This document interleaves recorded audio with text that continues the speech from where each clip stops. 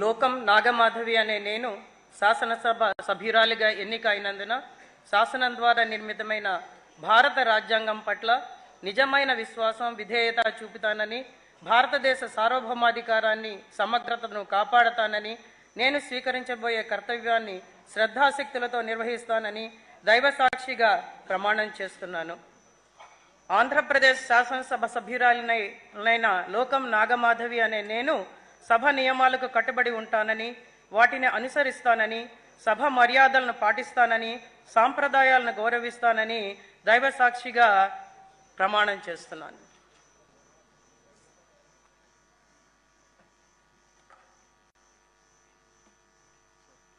Shrimati Prashanti Reddy Vemireddy.